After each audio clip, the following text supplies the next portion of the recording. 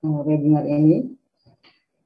Assalamualaikum warahmatullahi wabarakatuh. Waalaikumsalam warahmatullahi wabarakatuh.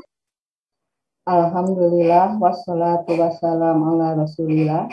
Asyhadu an la ilaha illallah wa asyhadu anna Muhammadan abduhu wa rasuluh. Allahumma sholli ala Muhammad wa ala alihi wa sahbihi ajmain. Amma ba'du. Sebelumnya, mari kita panjatkan puji dan syukur kehadirat Allah Subhanahu wa Ta'ala, di mana pada hari ini, pada tanggal 21 Oktober hari Rabu, kita dapat mengadakan webinar dalam madrasah berbagi dalam keadaan sehat walafiat. Tak lupa salam dan sholawat kita panjatkan, curahkan kepada junjungan kita semua, Nabi Muhammad SAW, kepada keluarganya, sahabatnya, tabi'in, dan akhirnya sampai kepada kita sebagai umatnya. Sebelumnya izinkan saya perkenalkan dulu ya. Nama saya Umi Kulsum, akan memandu webinar ini selama 2 jam ke depan. Kemudian sebelumnya kami ucapkan terima kasih kepada panitia madrasah berbagi sehingga acara ini bisa terselenggara. Kemudian kepada ibu bapak hebat ya. Selanjutnya kami menyapa kepada Bapak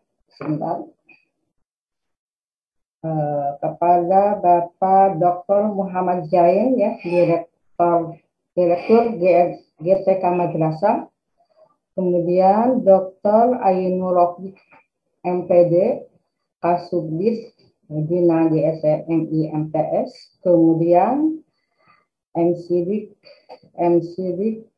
Sisti Kantor SAG MPD, Kasubdit Bina GSK MAK. Selamat siang Bapak-Bapak, Assalamualaikum. Waalaikumsalam. Kemudian seperti biasa, nanti setelah dipaparkan oleh pemateri, ada tanya jawab, boleh melalui raise hand atau kolom chat. Sebelumnya kami perkenalkan dulu ya, sebagai pemateri hari ini, yaitu Bapak Iskandar Mubarak SPDI MPD. Beliau dari MAN 5 Cirebon, kemudian pendidikan terakhirnya S2 dari UNES Pasca Sarjana IPA Biologi tahun 2015 melalui program beasiswa Kemendak 2013. Selanjutnya publikasi ilmiah bukunya banyak sekali. Yang terakhir mungkin saya bacakan sini mengenai karena ada ini hubungannya dengan pandemi ya. Jadi mengenai best practice implementasi pembelajaran dengan modul berbasis e-learning madrasah meningkatkan hasil belajar pada masa pandemi COVID-19. Proses publikasi ya. Mungkin itu kurikulum kita dari Pak Iskandar Mubarak. Selanjutnya untuk mempersingkat waktu, kami persilahkan kepada Bapak Iskandar Mubarak untuk memaparkan materi mengenai trik publikasi artikel ilmiah madrasah. Dipersilakan.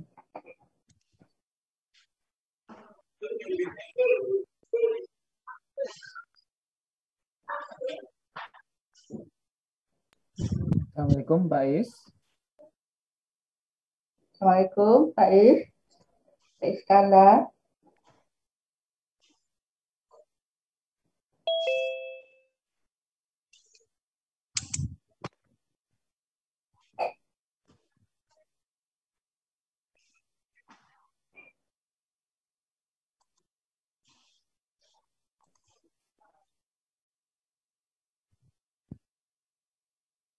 Pak Is, perangkat yang satunya sudah saya jadikan co-host.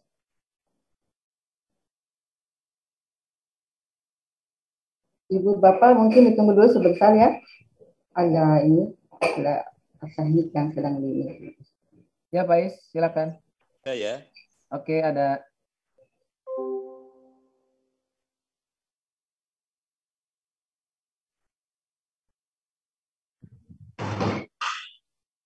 Assalamualaikum warahmatullahi wabarakatuh. Waalaikumsalam. Terima kasih.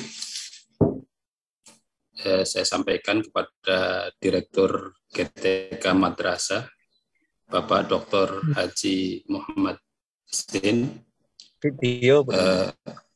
Untuk yang kedua, terima kasih saya kepada komponen 3, yaitu Bapak Dr. Ainur Rafiq dan teman-teman panitia dari KPMB, Komunitas Madrasah Pendidik Berbagi, yang sama-sama saya hormati, senior-senior Kang Agus, ada Bu Haji Lina, ada Neng Lani, dan teman-teman semua.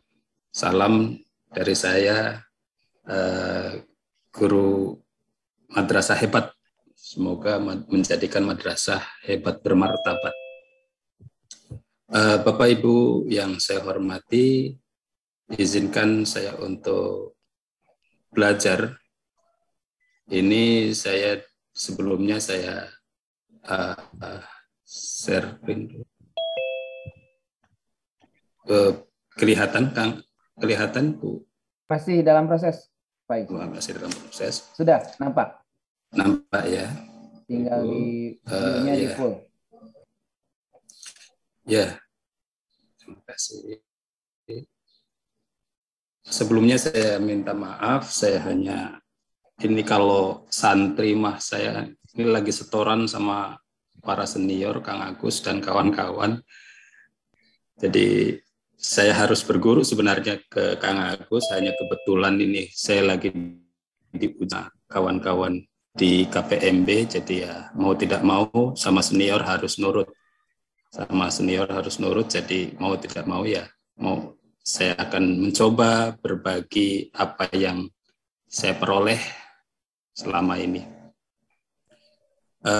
Terima kasih Bapak Ibu hebat, bahwa judulnya luar biasa yang saya diamanahi, yaitu untuk bagaimana untuk publikasi artikel ilmiah. Ini luar biasa GTK Madrasah ini, supaya tidak kalah dengan sekolah sebelah. Bagaimana guru-guru madrasah yang notabene madrasah tapi tidak kalah untuk publikasi ilmiah. Mari kita sama-sama belajar untuk bagaimana cara mempublikasikan ilmiah atau bagaimana cara menulis dulu. Sebelum publikasi tentunya kita harus munculkan ide untuk menulis. Kalau belum ada ide susah untuk menulis. Jadi Bapak Ibu, izinkan saya untuk memulainya. Bismillahirrahmanirrahim.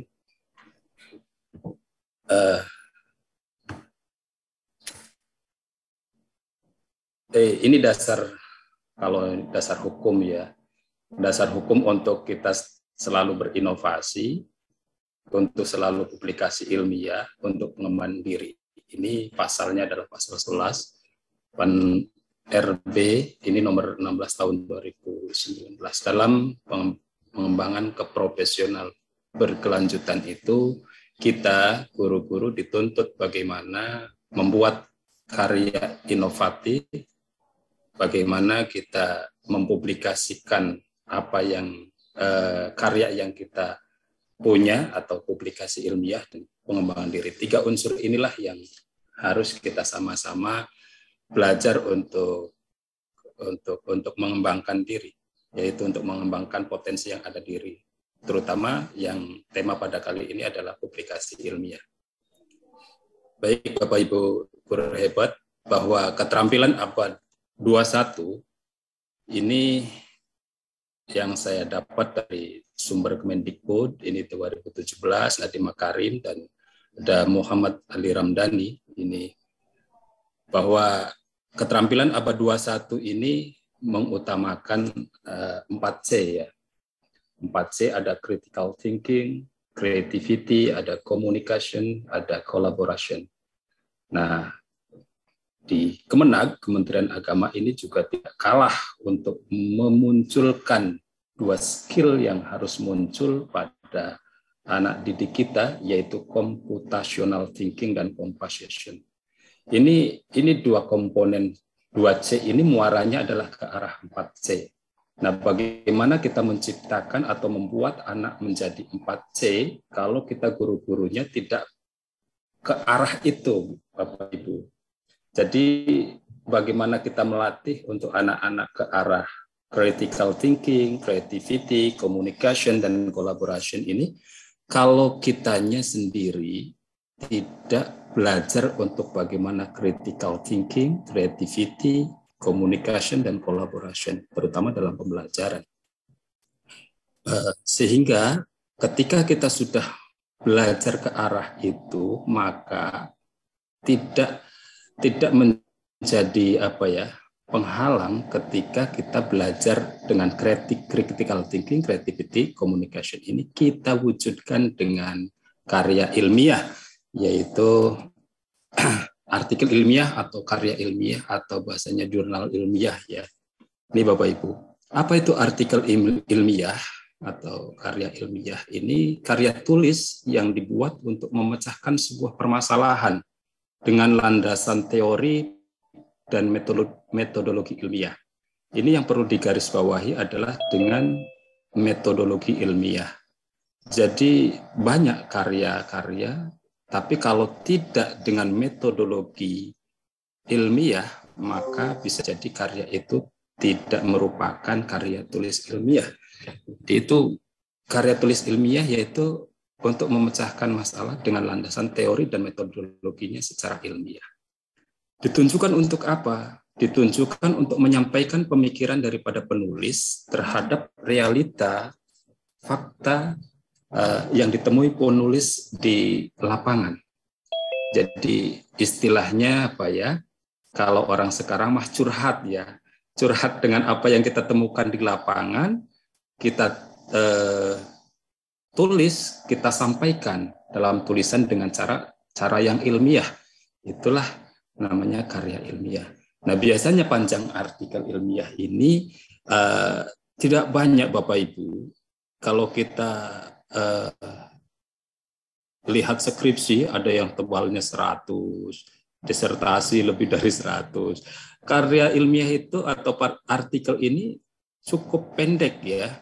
Di antara kurang lebih 3.500 kata hingga 7.000 kata.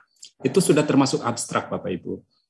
Nah, ini mungkin Bapak Ibu sudah lebih tahu daripada saya. Ini mengingatkan saya saja. Jadi Bapak Ibu untuk artikel ini tidak butuh ya bertebal-tebal halaman. Paling kalau kita tulis itu sekitar nggak ada 15 lembar lah. Kalau kita jadi itu cukup untuk menyampaikan gagasan yang kita miliki, yang kita tahu dengan fakta-fakta di lapangan yang kita alami. Tujuannya apa penulisan ini? Yang pertama adalah menyampaikan gagasan, terutama gagasan daripada penulis. Kalau kita menyampaikan gagasan, kalau lebih luas, kita dengan jurnal.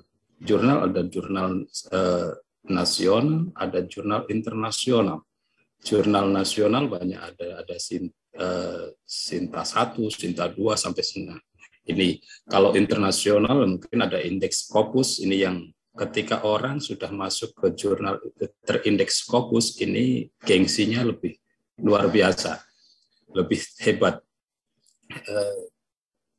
Jadi yang pertama adalah menyampaikan gagasan Bapak Ibu. Jadi tujuan penulisan ini adalah gagasan yang kita miliki sampaikan. Kalau hanya gagasan kita miliki tapi dipendam saja, itu sama saja mengurangi amal ya. Amal yang kita punya, baik itu hasil penelitian atau misalkan best practice, kalau kita pendam saja cukup untuk diri sendiri yang tahu kita. Tapi ketika sebuah gagasan itu kita explore, kita publish, maka bukan saja kita yang tahu, tapi teman-teman yang lain yang di luar sana bisa tahu, baik nasional, bahkan mungkin ketika kita publishnya international journal, itu bisa tahu. Yang kedua, bisa disampaikan penulisan ini adalah untuk diskusi dalam pertemuan ilmiah, Bapak Ibu. Ketika diskusi dalam forum-forum ilmiah ini, maka kita bisa kita artikel kita atau karya kita bisa sampaikan di situ. Berikutnya adalah laporan hasil penelitian. Nah, biasanya nih laporan hasil penelitian ada satu dosen yang menginginkan untuk laporan hasil penelitiannya bentuk menjadi sebuah artikel atau jurnal, itu juga bisa tujuannya. Yang berikutnya adalah memenuhi tugas akhir mata kuliah. Bapak Ibu mungkin yang sudah pernah S2 atau S3 mungkin tugas akhirnya adalah harus publikasi karya ilmiah. Nah, ini mata kuliah tertentu mewajibkan itu, Bapak Ibu. Berikutnya kadang kita untuk mengikuti lomba, Bapak Ibu. Mengikuti lomba ini juga tujuan menjadi penulisan karya ilmiah. Kemarin mohon maaf, itu ada sebenarnya di Kemenag itu ada jurnal ISOE, itu Kang Agus, ada ISOE International Symposium. Itu di bawah Kemenag juga. Itu mengadakan untuk International Symposium. Itu syaratnya adalah mengirim artikel jurnal ilmiah. Kemarin ya alhamdulillah ya saya baru lolos di abstrak, Pak Kang Agus. Baru lolos di abstrak saja. Nah, ini sampai akhir tanggal 31 ini harus full papernya harus dimasukkan. Lolos tidaknya itu bukan tujuan akhir, yang terpenting adalah bagaimana kita belajarnya, Bapak Ibu. Jadi mengikuti lomba-lomba seperti ini banyak manfaatnya, bukan saja untuk diri sendiri, untuk orang lain juga banyak sekali manfaatnya. Di antara untuk diri sendiri apa? Kita publish dengan gratis pada jurnal-jurnal yang sudah terpercaya. Ada di madrasah itu ada Madrais ya. Itu jurnal khusus untuk madrasah. Dan kemarin mengadakan lomba. Ya, kebetulan saya mengikutinya, tapi ya nanti mudah-mudahan doanya teman-teman bisa masuk dalam simposium itu, bisa dipresentasikan, karena dari jumlah pemakalah atau jumlah yang ikut dalam itu sekarang sudah ratusan. Kang Agus, kemarin pengumuman saja sudah ada 150 berapa artikel yang masuk. Nah, itu yang lolos seleksi abstrak, alhamdulillah saya diantaranya lolos, tapi nanti ditunggu untuk abstrak full papernya. Dan di situ nanti akan diseleksi menjadi 20 peserta, itulah yang nanti bisa untuk simposium internasional. Yang sisanya paling nanti bisa diterbitkan di proceeding daripada jurnal madrasah. Itu Bapak Ibu. Berikutnya adalah ini bagi Bapak Ibu PNS, ketika kita penulis artikel atau jurnal, tidak dipungkiri ada angka kredit walaupun sedikit ya. Untuk angka kreditnya mungkin Bapak Ibu pernah menghitung angka kredit ketika mendapatkan menulis artikel itu, angka kreditnya berapa, itu sudah ada. Ketika tulisannya bagus tentang, misalkan, mohon maaf Bapak Ibu, misalkan kita tentang mengembangkan menulis modul dan diuji cobakan modul itu. Nah, setelah diuji coba hasilnya bagus, maka itu bisa menjadi karya ilmiah Bapak Ibu. Misalkan contohnya adalah mengembangkan modul pembelajaran biologi dengan berbasis apalah, misalkan kalau saya kemarin modul berfisiset dengan nilai Islami itu bisa dijadikan bisa dijadikan karya tulis atau artikel. Nah, artikelnya kita bisa publish nilainya berapa. Nah, kalau dari modulnya itu bisa di ISBN-kan, itu juga modulnya akan bernilai angka kredit juga kalau kita mengejar itu, Bapak Ibu. Jadi dari satu kali kerja, tapi kita manfaatnya bisa berkali-kali, Bapak Ibu. Jadi modulnya, artikelnya kita bisa dipublish dengan nilai yang ya lumayan, ada nilainya. Ketika modulnya dijadikan ISBN, maka menjadi nilai plus untuk dinilai angka kredit. berikutnya ketika kita sampaikan dalam simposium atau seminar-seminar, itu juga akan menjadikan nilai angka kredit ketika apa? Ketika kita punya sertifikat itu, Bapak Ibu. Jadi nampaknya dari 1 kali kita bekerja bisa 3 kali poin ya Bapak Ibu ya. Oleh karenanya nampaknya tidak sulit untuk kita mengumpulkan angka kredit Bapak Ibu. Ya walaupun sedikit, tapi itu justru selain daripada prestis Bapak Ibu. Ketika kita menulis nama kita di Google aja Iskandar Mubarok muncul ada nama gitu. Minimal itulah Kang Agus. Baik Bapak Ibu. Ini Bapak Ibu kita bisa merenungkan bahwa ini ada kayaknya apa ini Kang Agus? Kayaknya biji kopi ya. Kita bisa renungkan bersama kalau kopi ini hanya sebatas menjadi apa ya ini pakan ternak, maka nilainya adalah ya pakan ternak begitu Bapak Ibu. Untuk pupuk ya nilainya itu.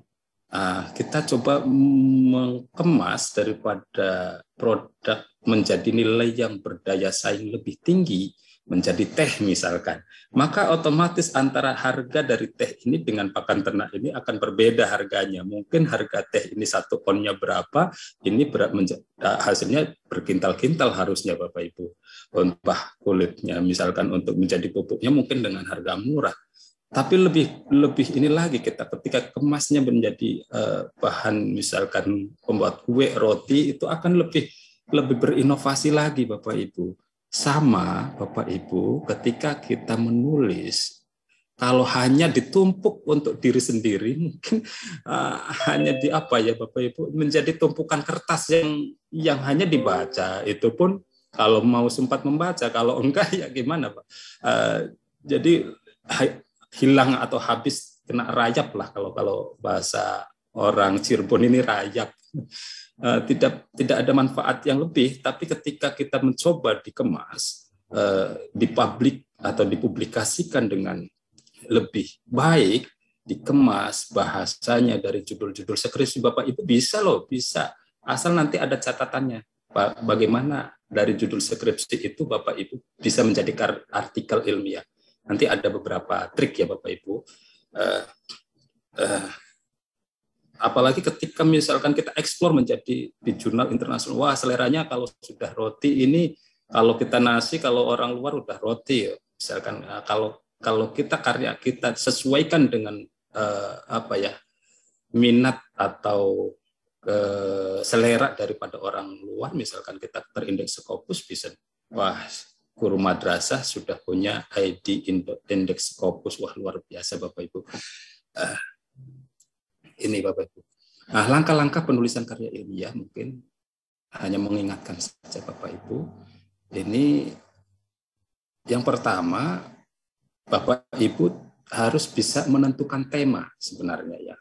Nah, kalau untuk lomba, temanya kita sesuaikan dengan lomba yang Bapak Ibu ikuti. Kalau untuk tugas berarti sesuaikan dengan instruksi tugasnya apa. Kalau untuk misalkan untuk lombanya tentang masa pandemi, maka kita jangan jauh-jauh dari masa pandemi, Bapak Ibu, pembelajaran di masa pandemi. Kalau kita lombanya tentang pembelajaran di masa pandemi, kita ngambil temanya menyeleweng daripada masa pandemi, otomatis akan akan ditolak dengan sendirinya Bapak Ibu, akan ditolak, tidak sesuai dengan apa yang diminta. Kita harus tahu momennya apa, begitu, tema cari. Yang kedua, dari tema itu maka kita cari permasalahan. Kalau orang nggak mau mencari permasalahan ya dalam kehidupannya, tapi kalau dalam karya tulis harus dicari masalah harus dicari. Bukan lari dari masalah, tapi cari masalah. Tapi dari cari masalah itu nanti akan menemukan solusi dari masalah itu, dan solusinya akan bisa kita tulis Bapak Ibu. Yang kedua adalah cari masalah. Berikutnya adalah tujuan penulisan. Nah, tujuannya apa penulisan? Ketika kita sudah menentukan tema, menemukan permasalahan, maka kita tentukan tujuan penulisannya untuk apa.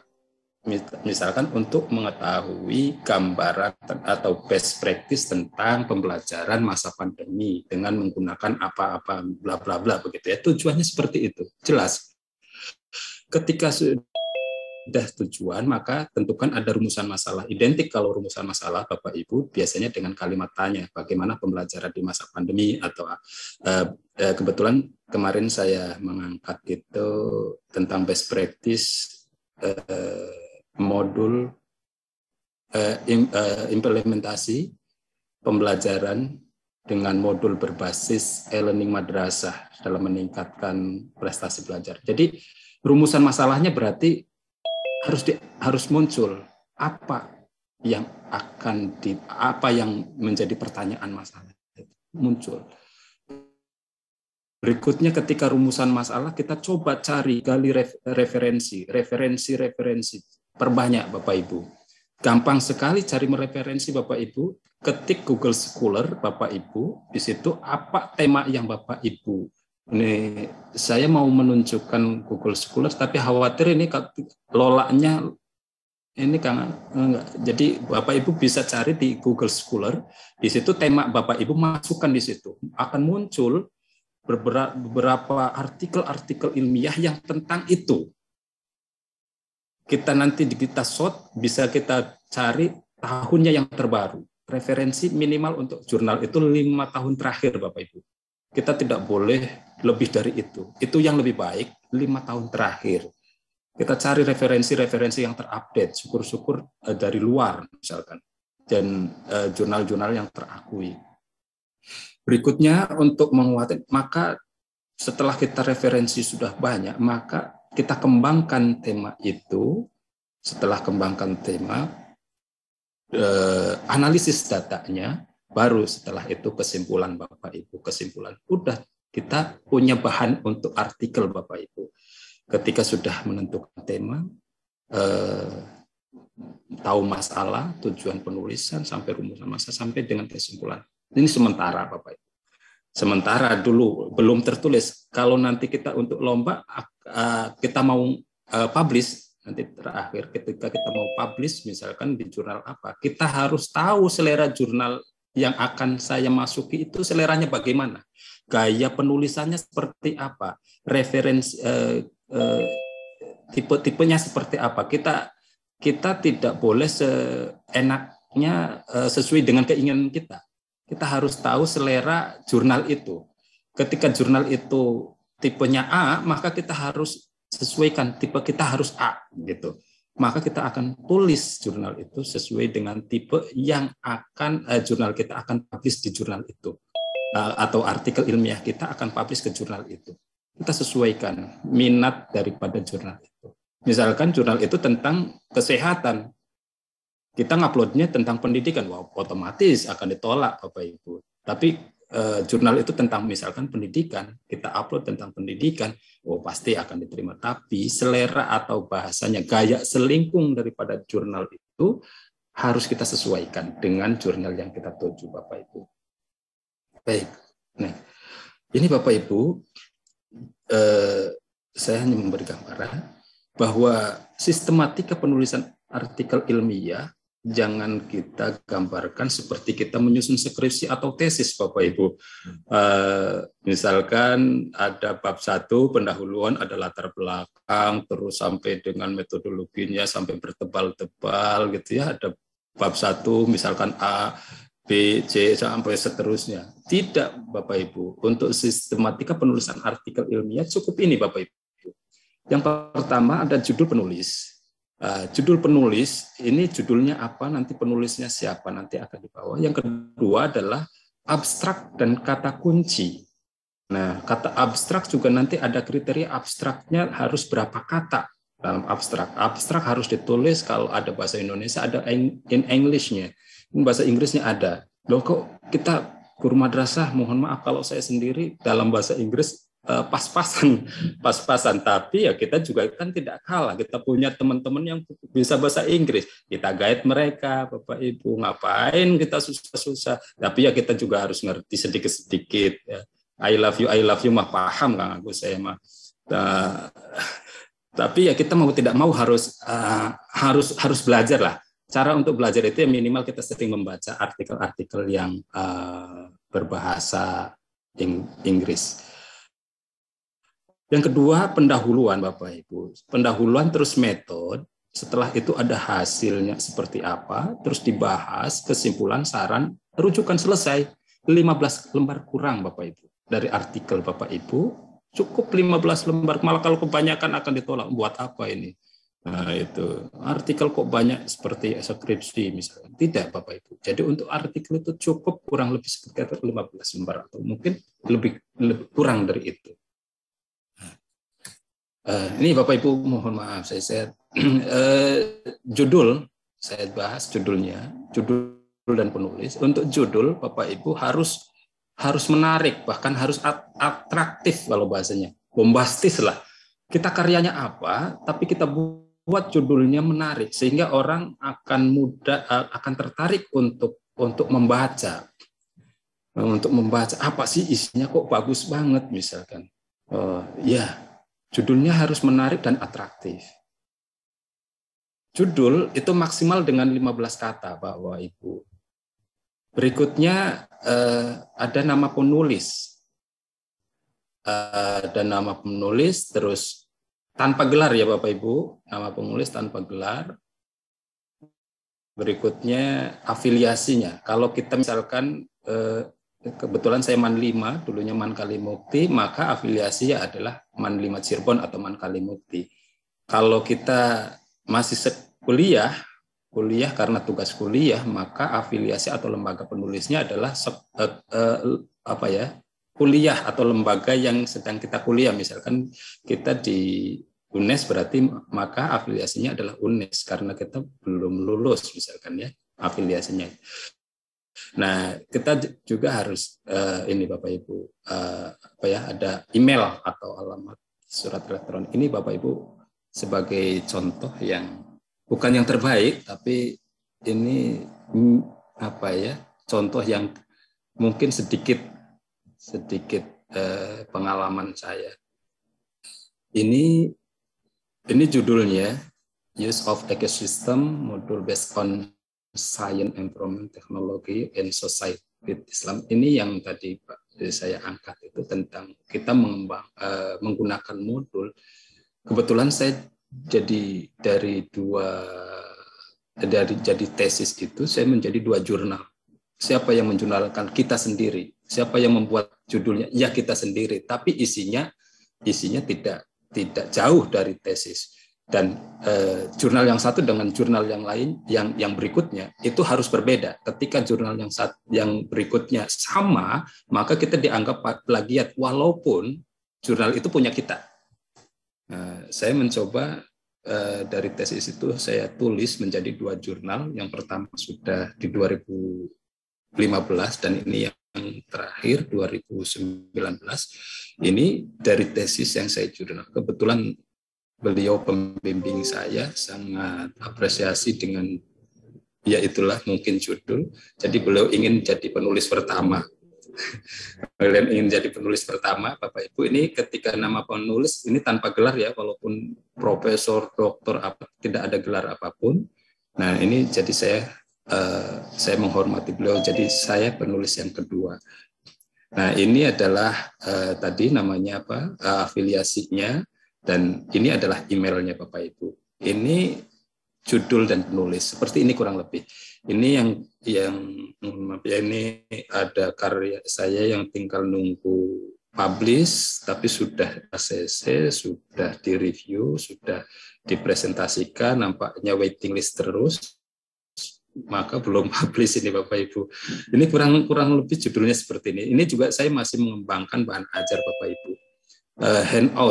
Handout dari bahan ajar yang kaitannya dengan bahaya merokok dan kebetulan saya itu Man yang lingkungannya pesantren. Biasanya mohon maaf berbeda dengan pesantren yang modern yang melarang untuk merokok. Kalau saya biasanya yang pesantren bahkan kebanyakan santrinya juga kalau di pondok ya ada yang merokok. Maka saya dengan prihatin saya ingin menyeimbangkan pengetahuan daripada anak-anak. Saya coba membuat karya, yaitu dengan handout, hanya bentuknya handout tentang bahaya merokok dan nafsa. Saya edarkan, dan ini bisa menjadi artikel Bapak Ibu. Ketika kita ujikan ke anak-anak, kita ternyata respon anak-anak bagus, kita tulis Bapak Ibu. Jadi artikel satu lagi. Nah seperti ini kita ketika publish untuk luar internasional jurnal ya kita dengan alih bahasa lah, kita kait teman-teman yang bisa bahasa Inggris. Terus handoutnya dikemanakan? Saya handoutnya saya terbitkan di ISBN, jadilah buku ber-ISBN. Jadi buku ISBN itu tentang bahaya merokok dan nafsa, Bapak Ibu. Nah ini saya contohkan lagi, ini kurang lebih seperti ini dari jurnal Madrais, Bapak Ibu guru madrasah. Kita punya jurnal namanya Madaris. Ini kurang lebih sama ya. Ada judul, ada nama penulis gitu ya, tanpa gelar, ada afiliasi dan email. Kurang lebih seperti ini Bapak Ibu. Nah, berikutnya abstrak. Setelah judul kita abstrak. Apa itu abstrak? Sebenarnya ketika kita menulis, mencari referensi, cukup membaca abstrak saja cukup. Tidak usah, ya bolehlah membaca isinya. Tapi ketika untuk merujuk, kita membaca abstrak aja cukup. Kenapa? Karena abstrak itu di situ ada kesimpulannya, ada tujuan penelitiannya, ada metodenya metodologinya seperti apa, kesimpulannya seperti apa. Kita cukup ketika mau merujuk cukup baca abstrak dan kesimpulan yang terakhir. Udah. Tujuannya apa? Mengapa melakukan penelitian? Apa masalahnya di abstrak harus muncul, Bapak Ibu? Di abstrak harus muncul. Metodenya apa? Apa yang harus dilakukan untuk mencapai untuk membuat nasi goreng? Apa cara-cara untuk membuat nasi goreng itu harus menjadi metode, misalnya untuk mendapatkan untuk mendapatkan hasil, metodenya seperti apa? Berikutnya adalah kesimpulan. Simpulan itu biasanya adalah hasil daripada penelitian, apa yang disimpulkan, apa yang dan direkomendasikan. Ini ada di abstrak Bapak Ibu. Abstrak itu harus padat bahasanya, padat, singkat, jelas, kurang lebih 150 sampai dengan 250 kata. Bahkan mungkin ada yang hanya maksimal 200 kata. Nah, kalau kita maksimal 200 kata, sementara kita punyanya 250, maka coret. Kita harus direvisi. Tanpa referensi, jadi abstrak itu enggak ada. Ari Kunto muncul di abstrak. Misalkan Sugiono muncul di abstrak, itu enggak ada Bapak Ibu. Jadi tanpa referensi di situ. Terus tanpa paragraf Bapak Ibu. Penulisan disarankan setelah artikel sudah jadi. Kalau abstrak ini disarankan kita garapnya ketika artikel itu sudah jadi Bapak Ibu. Berikutnya, ini komponennya Bapak Ibu, ada komponen tulisan, tujuan, permasalahan, paparkan metode secara singkatnya seperti apa, kesimpulan sesuai permasalahan, dan biasanya di abstrak itu ada kata kunci atau keyword. Ya, kata kuncinya ada tidak lebih dari 5 kata, 3 sampai dengan 5 kata. Apa yang menjadi kata kunci dalam artikel itu? Nah, kesalahan yang kita sering terjadi adalah terlalu panjang abstraknya. Diminta 250, kita 300 bahkan 500. Ini abstrak apa karangan ini? Ini terlalu panjang, maka biasanya reviewer atau orang yang mereview di jurnal itu maka akan memberikan memberikan koreksi atau bahkan mungkin menolak secara otomatis. Menulis latar belakang tergantung dengan ketentuan jurnal. Artinya apa? Jurnal tertentu mungkin gayanya seperti apa untuk menulis. Nah, ini kesalahan. Berikutnya adanya sitasi. Ketika muncul sitasi maka bukan abstrak namanya Bapak Ibu. Jadi abstrak itu tidak ada sitasi atau referensi. Jumlah kata kunci tidak sesuai aturan. jurnal madrasah itu 3 sampai 5 kata. Kalau kita 6 kata, maka otomatis kita tidak sesuai dengan aturan itu, Bapak Ibu. Ini contoh Bapak Ibu, kebetulan saya jadi penulis pertama lagi ini. Ini kurang lebih ya, ini judulnya, ini pengarahnya, ini tadi afiliasinya, ini emailnya. Nah ini Bapak Ibu. Tadi di abstrak itu ada muncul tujuan Bapak Ibu. Tujuannya jelas. Ada tujuan penelitian ini untuk menghasilkan modul pembelajaran bla bla bla. Yang kedua mengetahui penggunaan modul bla bla bla. Yang kedua ada hasil Bapak Ibu. Dari setelah tujuan ada hasil. Hasilnya apa? A, B, C, D bla bla bla. Dan terakhir adalah ada kesimpulan di bawah. Kesimpulan hasil nanti hal ini adanya. Nah seperti ini Bapak Ibu, kurang lebih seperti ini. Nah ini kata kuncinya seperti apa itu ya. Ini sedikit contoh Bapak Ibu. Berikutnya adalah pendahuluan. Berapa menit lagi Kang Agus kayaknya Mas? Masih leluasa. Baik, masih ya? Masih. Oke, terima kasih Kang Agus. Berikutnya pendahuluan Bapak Ibu. Setelah abstrak, maka susunan berikutnya adalah pendahuluan. Dalam pendahuluan, jangan lupa, di dalam pendahuluan harus ada latar belakang masalah. Latar belakang masalahnya apa? Nah, kenapa di sini ada namanya empirical problem atau fakta yang ada seperti apa? Terus menurut teori seharusnya seperti apa? Di sini juga ini kalau kita mau mengupload ke jurnal yang internasional, ini saya dapat dari Prof. Inam, ini ada dalam latar belakang, dalam pendahuluan itu 15 referensi Bapak Ibu. 15 referensi, oh banyak sekali. Iya, 75% itu jurnal internasional 5 tahun terakhir. Nah, ini harus seperti apa? Antara faktanya seperti apa, terus teorinya seperti apa. Ketika antara fakta dan teori adanya kesenjangan, maka muncullah sebuah permasalahan. Oh, muncullah masalah. Masalah itu apa? Uraian singkat kemungkinan bisa penyebabnya, apa yang dia hadapi ketika kondisinya seperti ini. Dibiarkan saja. Ini kan masalah, Bapak Ibu. Setelah itu di dalam pendahuluan juga biasanya ada muncul tujuannya. Biasanya kalau tujuan dalam artikel itu biasanya menghindari dari kata kerja aktif ya. Dalam bahasa artikel itu biasanya diarahkan untuk bahasanya pasif. Kalimatnya adalah kalimat pasif Bapak Ibu. Tapi biasanya di tujuan ini ada kata kerja biasanya. Tujuan untuk apa gitu loh. Ditulis dalam bahasa yang jelas. Nah, alur berpikirnya kalau dalam pendahuluan ini dari umum ke khusus. Jadi kita umum, wacana secara umum, terus baru mengerucut pada permasalahan. Ini berbeda dengan kesimpulan ketika pembahasannya. Ketika pembahasan itu nanti dari khusus ke umum. Tapi kalau dalam pendahuluan itu biasanya dari umum ke khusus. Kelemahan pendahuluan ini, Bapak Ibu.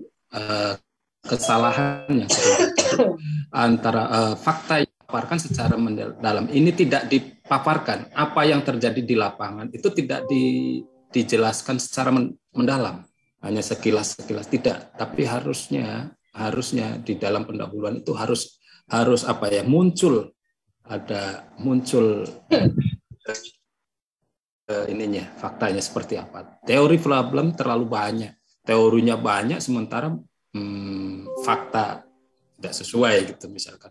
Sitasi banyak yang tunggal Bapak Ibu. Boleh tidak boleh sebenarnya, tapi dianjurkan untuk merujuknya harus ini ya Bapak Ibu, tidak tunggal. Nanti seperti apa sih sitasi tunggal itu atau sitasi yang multi itu.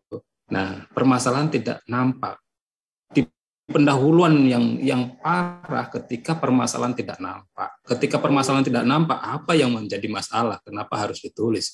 Nah ini kita ini ya Bapak Ibu. Jadi ketika pendahuluan masalahnya tidak ada, yo kalau kita skripsi mungkin langsung pembimbing mana masalahnya, ketika kita menguji mungkin nggak ada masalah kok ditulis. Jadi pendahuluan harus muncul masalah. Berikutnya ini contoh sitasi multiple. Artinya begini Bapak Ibu, satu kali ini satu pernyataan misalnya kesan yang timbul akibat pembelajaran bervisi set berpengaruh positif terhadap hasil belajar, Binaja et al. 2008 misalkan ya. Terus ada lagi Yurok misalkan et al. 2010 dan Esmiati. Artinya apa? Ini sitasinya tidak tunggal Bapak Ibu. Berarti ada berapa? 1, 2, 3. Itu boleh ini. Bahwa nah ini contoh sitasi tunggal multi ya.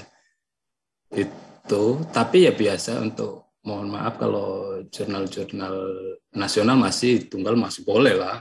Tapi biasanya ketika kita mau internasional yang skupnya luas, biasanya diarahkan kita dalam ini sitasinya tidak tunggal. Misalkan sitasi tunggal itu misalkan kesan yang timbul akibat pembelajaran bervisi set berpengaruh positif terhadap hasil belajar peserta didik, cukup Binaja saja udah. Itu namanya sitasi tunggal Bapak Ibu. Oke.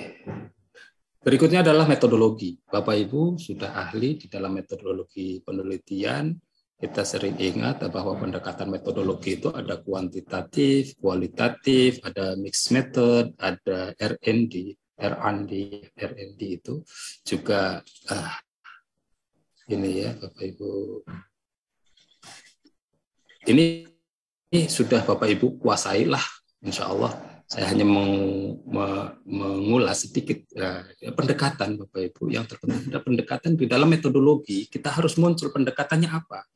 Apa yang kita untuk tadi yang saya gambarkan ketika saya mau memasak nasi goreng, apa dulu yang harus kita perbuat? Misalkan siapkan nasinya, setelah itu kita gerus bumbunya, setelah itu kita misalkan itu ya Kang, saya nasi goreng aja lupa saya resepnya gimana. Misal sampai nasinya taruh di wajah, kasih minyak dulu, kasih bumbu-bumbu yang lain goreng. Nah, seperti ini. Nah, sama ketika metodologi Bapak Ibu, ini adalah runtutan karya kita, ilmiah kita apa ya, artikel kita untuk mendapatkan hasil caranya seperti apa.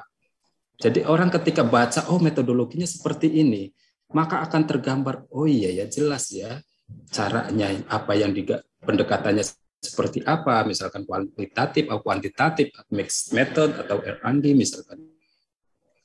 Ya, jelas. Nah, subjeknya apa? Subjek dan objek penelitiannya jelas. Nah, kapan? Misalkan subjeknya misalkan kelas 12 ya, kelas 12 nggak mungkin melibatkan kelas 10 misalkan. Objeknya seperti apa? Waktunya jelas, kapan dilakukan, tempatnya di mana, seperti apa subjeknya. Ini harus muncul di dalam metodologi Bapak Ibu.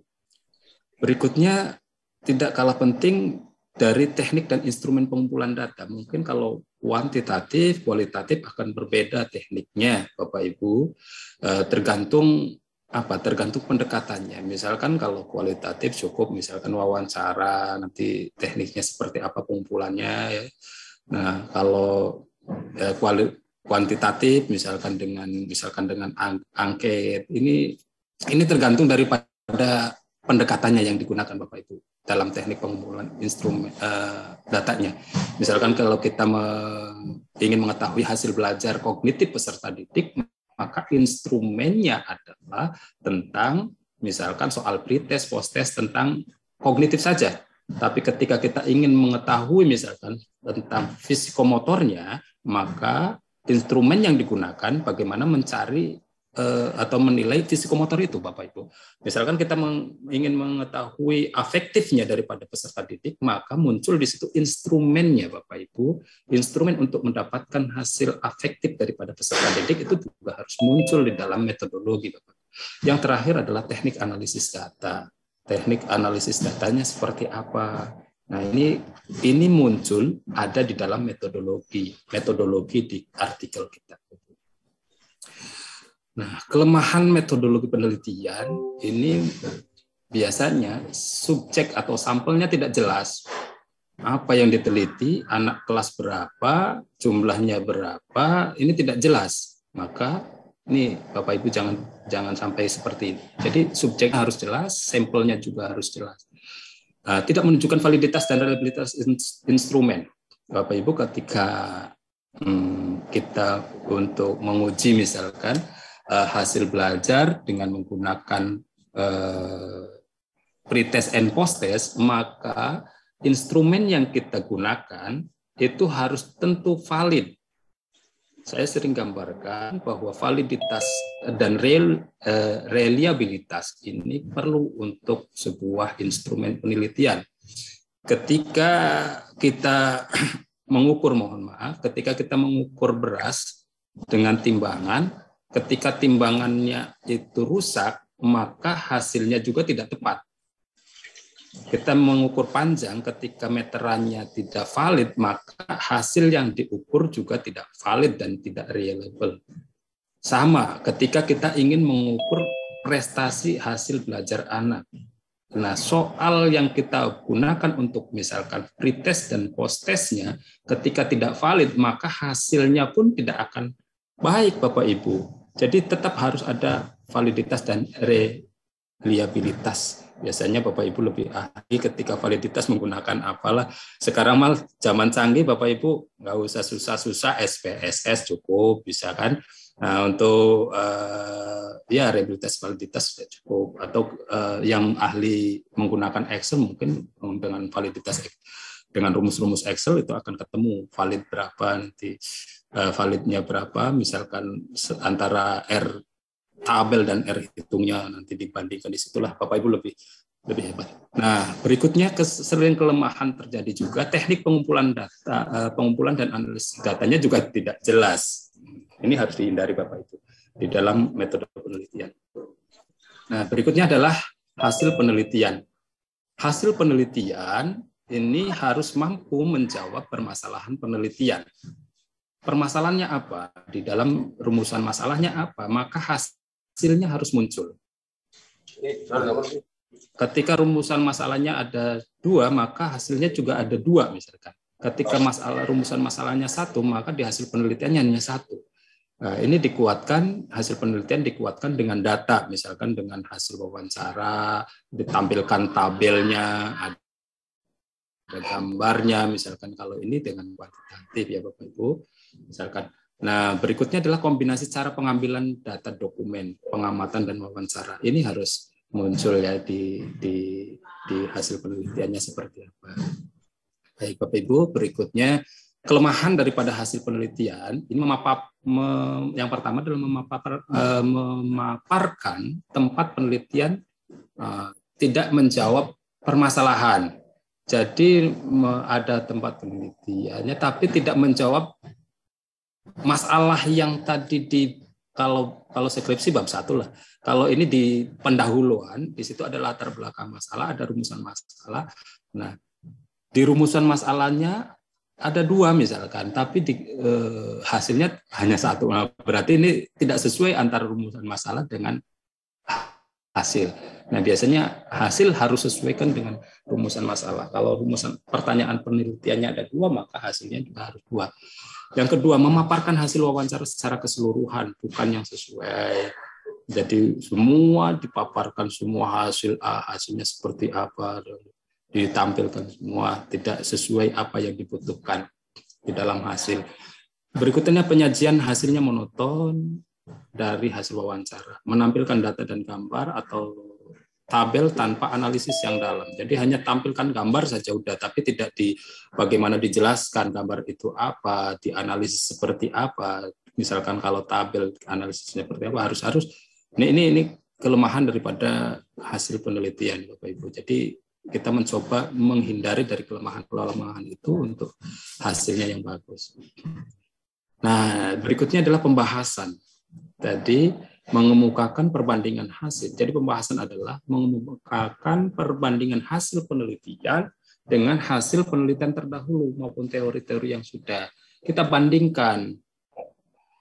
Hasilnya kita seperti apa, dengan teori-teori yang lain seperti apa.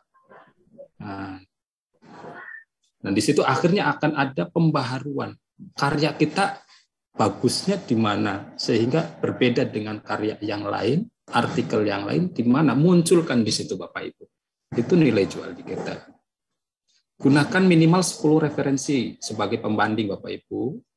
Referensi ya tentu tadi kalau kita artikel ilmiah, referensinya mohon maaf ya harus ya jurnal ilmiah. Kalau buku perlu nggak? Buku perlu, tapi tidak menjadi pokok ya Bapak Ibu.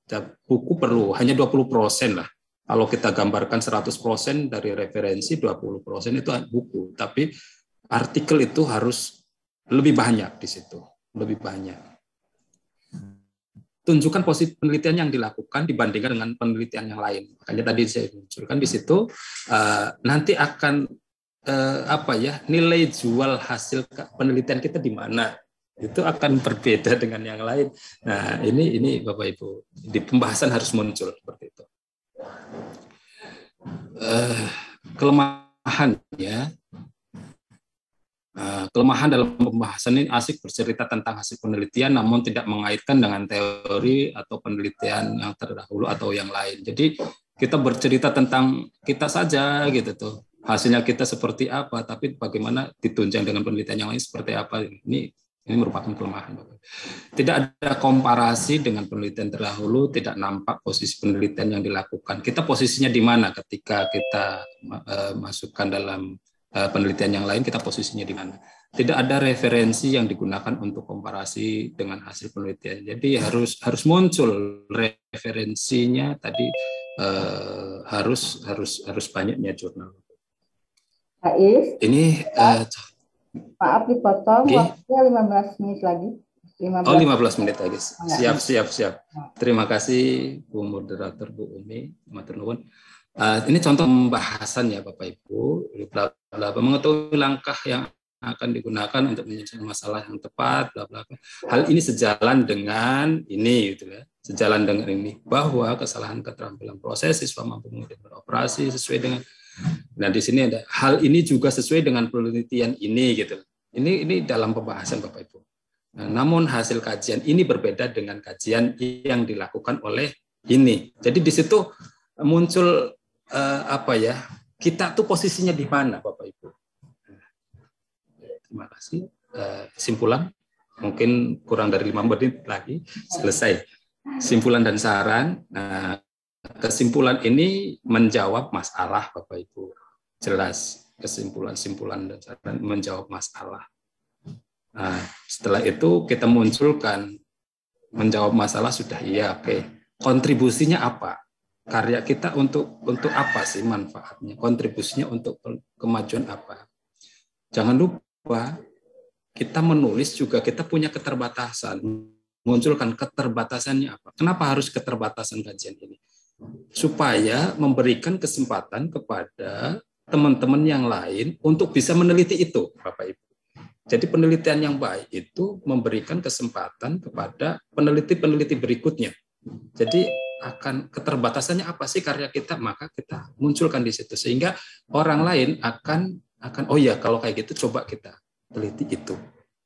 Saran penelitian lanjutan begitu Bapak Ibu. Sarannya harus ada. Oke. Untuk referensi yang terakhir Bapak Ibu, referensi bukan yang terakhir, ada 2 lagi ya. Referensi artikel jurnal biasa menggunakan istilah rujukan, bukan daftar pustaka ya. Biasanya itu dengan menggunakan rujukan. Rujukan yaitu semua referensi yang disitasi pada naskah. Kalau daftar pustaka semua referensi yang dibaca meski tidak disitasi. Nah, biasanya referensi ini gaya selingkungnya Bapak Ibu tergantung jurnal yang berkaitan.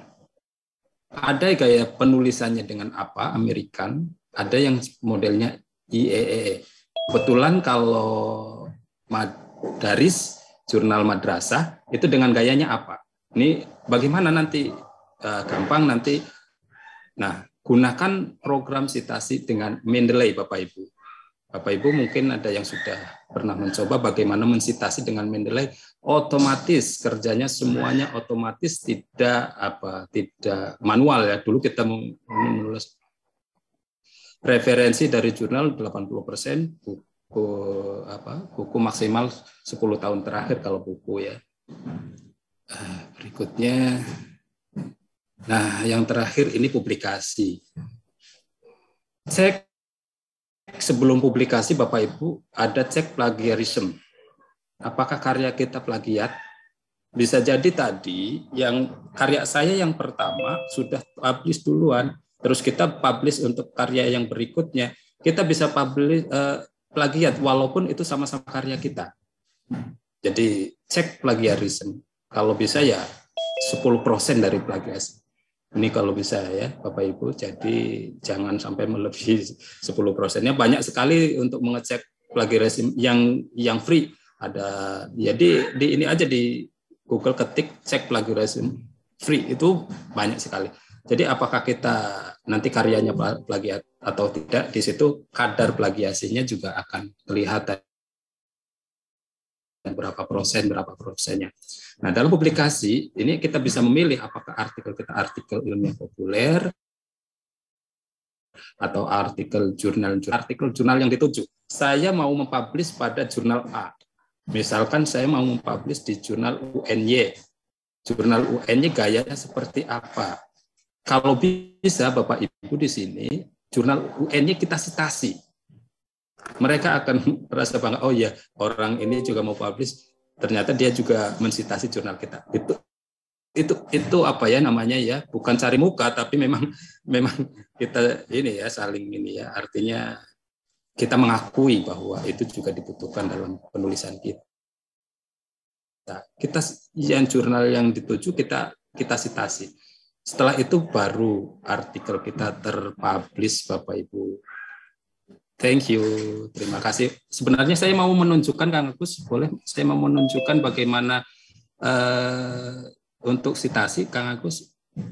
Boleh. Masih ada waktu. Ya, Bu ya. Masih ada waktu 10 menit lagi, Mak.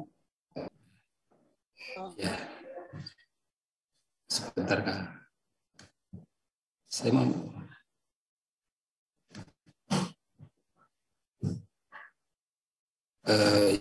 Ya.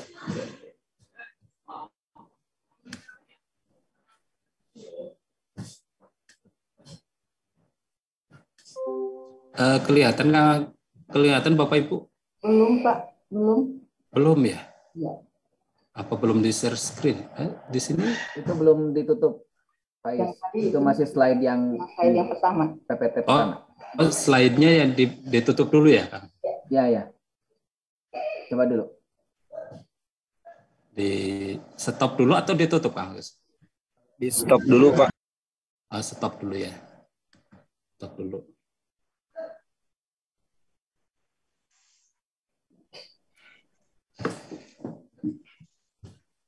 Baik, berarti share screen lagi.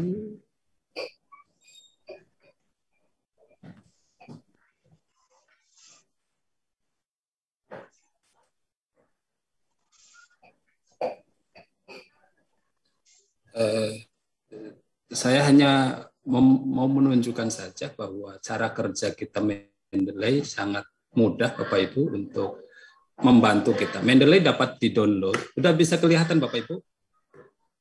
Belum. Sudah. Belum ya? Sudah ya? Ini Bapak Ibu, ini contoh, jangan dibikin serius Bapak Ibu. Ini artikel saya. Nah, contoh saja inilah ya Bapak Ibu. Ini misalkan kita mau mensitasi Bapak Ibu. Ini pura-pura aja Bapak Ibu ya, tidak tepatnya di sini maksudnya. Ini kita arahkan kursor kita ke sini, Bapak Ibu bisa langsung, tapi ya harus download dulu Bapak Ibu. Adakah yang gratis? Banyak sekali gratis Mendeley, aplikasi Mendeley. Nah, nanti seperti ini, klik ketika kita sudah diinstal, maka muncul tampilan seperti ini. Nah, ketika muncul seperti ini, maka klik go to Mendeley, misalkan. Nah, oke. Bapak Ibu, ini sudah masuk Bapak Ibu. Kebetulan saya sudah masukkan beberapa referensi jurnal-jurnal banyak sekali Bapak Ibu di file Mendeley Bapak Ibu.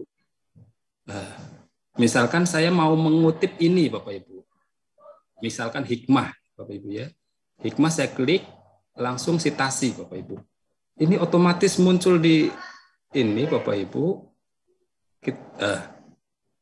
Bapak Ibu ini bisa muncul lama sekali loh ini. Muncul di sini nanti Bapak Ibu. Jurnal yang kita sitasi. Nah, hikmah 2020 Bapak Ibu. Muncul ya Bapak Ibu ya. Nah, ini kita langsung kita mau daftarkan di daftar pustaka Bapak Ibu. Misalkan di daftar pustaka kita sudah ada daftar pustaka Bapak Ibu. Daftar pustaka ini Bapak Ibu, enter, kita langsung Bapak Ibu masukkan yang tadi kita sitasi, langsung insert bibliografi ini muncul. Nanti akan muncul di sini gaya tadi saya menggunakan apa Bapak Ibu. Nah ini Bapak Ibu otomatis kita tidak mengetik tadi daftar otomatis sudah muncul hikmah S 2020 efektivitas ini bla bla bla bla muncul dengan sendirinya Bapak Ibu. Nah, ini gaya penulisannya ini adalah apa? American. Nah, ketika kita mau mengumpulkan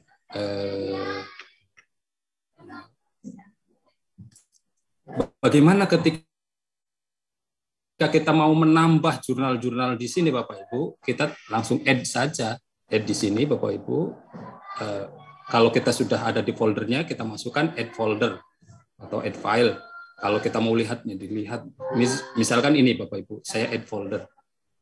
Nah, saya cari dulu nanti di folder mana jurnal yang kemarin di-download misalkan. Nanti dimasukkan.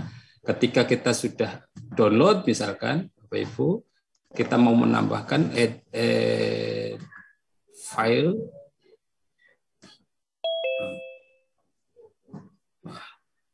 Mohon maaf Bapak Ibu ini lambat ya ininya. Muncul nanti jurnal yang akan kita isi untuk di Mendeley ini mana yang ketika kita download misalkan. Misalkan ini download, ini sudah ada, di sini ada Bapak Ibu. Tadi sudah kelihatan.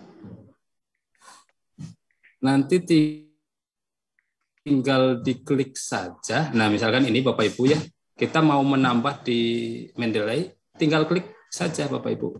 Nanti otomatis akan masuk ke dalam aplikasi Mendeley. Jadi kapanpun akan kita panggil dan kita sitasi akan ada di sini Bapak Ibu.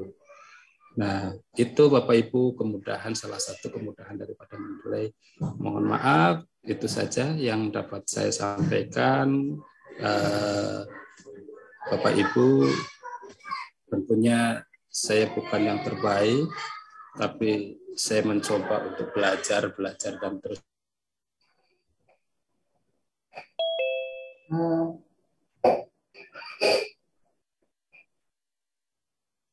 Sudah Pak?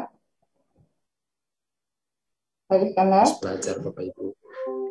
Persilahkan untuk. Ya. Terima kasih kepada Pak Iskandar atas pemaparan materinya. Kita lanjut ke sesi berikutnya, yaitu sesi tanya jawab. Kita lihat dulu di kolom chat, mungkin ada yang raise hand dulu Bu Ismiati. Ada Iskan ya. Nah, Bu Is bisa diaktifkan videonya? Ya. Ya, terima kasih. Assalamualaikum warahmatullahi wabarakatuh. Assalamualaikum Bu. Bagaimana kabarnya teman-teman? Sehat semuanya ya. Terima kasih atas waktunya Pak Agus. Ini ada Teh Umi kalau nggak salah tadi ya saya lihat, Bu Tuti, Teh Ica segala ya. Ya, semoga sehat semuanya. Pak Iskandar, mohon maaf saya mau bertanya dari awal tadi saya menyimak itu tentang metodologi. Mohon maaf ya, di rumah saya tuh hujannya agak deras. Apakah kedengaran suara saya? Jelas Bu, jelas, mangga. Oke, makasih. Ya, makasih. Pak Iskandar, saya mau nanya berkaitan dengan metodologi itu tadi ada pendekatan mixed method R&D. Itu yang bagaimana ya? Itu yang pertama. Kemudian yang kedua, untuk proses analisis data. Pada proses analisis data, kalau kita adalah menggunakan data kognitif, itu kan pasti menggunakan rumus-rumus statistik ya Pak ya. Nah, yang pertanyaan saya, rumus statistik yang paling sederhana, yang tidak ribet, yang bisa kita gunakan untuk analisis data itu, sehingga data yang kita dapatkan itu validitasnya tinggi, kemudian tidak menimbulkan keribetan kita karena kita juga mempunyai tugas yang lainnya gitu. Kemudian yang ketiga nih, banyak ya Pak ya. Yang ketiga, mohon untuk link Google yang berkaitan dengan jurnal penelitian di-share-kan ya Pak ya. Dan yang terakhir itu untuk plagiarisme yang ditolerir itu berapa persen? Karena kita tidak mungkin tidak mengambil hasil penelitian orang lain mata-mata dari pikiran kita sendiri atau mungkin dari kalimat kita sendiri. Pasti itu kita dalam proses pembuatan suatu penelitian membaca karyanya orang lain, bukunya orang lain, dan seterusnya. Sehingga untuk plagiarisme yang ditolerir itu berapa persen. Artinya, kalaulah kita misalnya mengunggah ke dalam jurnal, itu kita tidak dikatakan sebagai plagiarisme sejati begitu. Dan yang terakhir, itu kan dalam proses jurnal, itu kan misalnya itu kan jurnal itu ada kategorinya ya Pak ya, ada Sinta 1, Sinta 2, Sinta 3 dan seterusnya.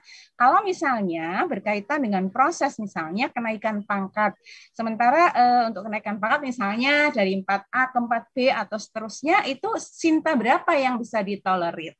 Dan mohon maaf Bapak ya, selama ini untuk jurnal juga kita menembusnya agak sulit. Dan kemarin saya pernah tanya-nanya gelenik-gelenik dengan teman-teman itu, ya ada apa istilahnya ya, ada biayanya begitu. Itu bagaimana untuk mengatasi hal ini semuanya? Terima kasih. Assalamualaikum warahmatullahi wabarakatuh. Waalaikumsalam warahmatullahi wabarakatuh. Ada 5 pertanyaan Pak dari Bu Lilis ya. Ya. Ini yang mana dulu Pak? Ya, yang rumus statistik yang simpel dulu Pak Mangga.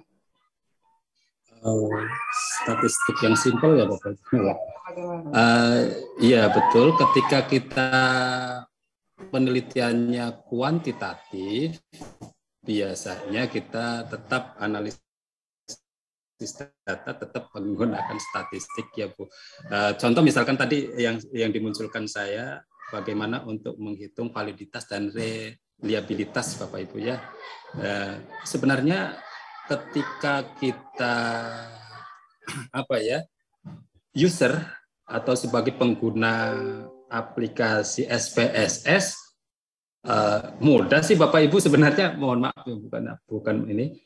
Ketika kita misalkan SPSS, kita tinggal ikuti aja, ada namanya tutorialnya kok. Jadi nanti hasilnya akan bisa kelihatan, maka bisa dibaca kalau ini hasilnya ini, kalau ini itu akan mudah. Kalau ketika metodenya adalah kuantitatif, ya seperti itu Bu. Kalau kita menghitung validitas reliabilitas gitu.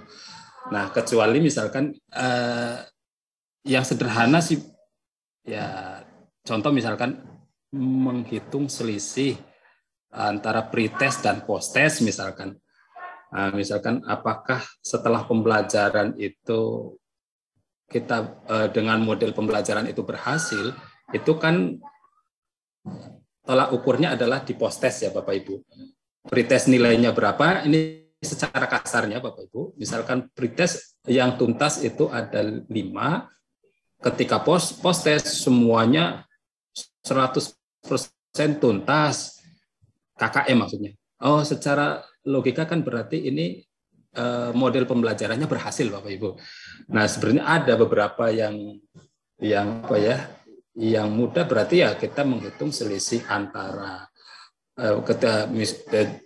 rata-rata daripada yang tuntas, yang KKM pada saat pretest, kita bandingkan dengan yang tuntas pada saat posttest. Itu juga Tapi biasanya jurnal-jurnal itu nanti khawatirnya Bapak Ibu, oh ini analisisnya terlalu ini, nanti ya, minimal nanti apa ya, kita menggunakan t-test atau apalah gitu ya.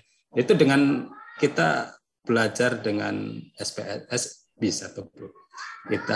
Saya terus terang saya juga tidak mahir di bidang itu, tapi saya mencoba untuk menyimak apa yang di Mbah Google dan Mbah YouTube, Bapak Ibu. Ketika kita mau menganalisis, saya pelajari juga di situ. YouTube, bagaimana sih menganalisis validitas reliabilitas, bagaimana sih untuk menghitung t-test misalkan, atau misalkan korelasi dan yang lain, itu bisa. Jadi itu ya Bapak Ibu, ketika analisis kuantitatif maka kita ini. Berikutnya mungkin ada tadi R&D dan mixed method ya Bu ya. Ya, betul.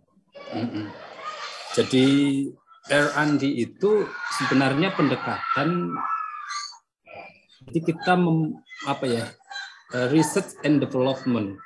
Jadi pengembangan. Jadi kita meneliti tapi mengembangkan. Nah, siklusnya akan berbeda dengan yang penelitian yang lain.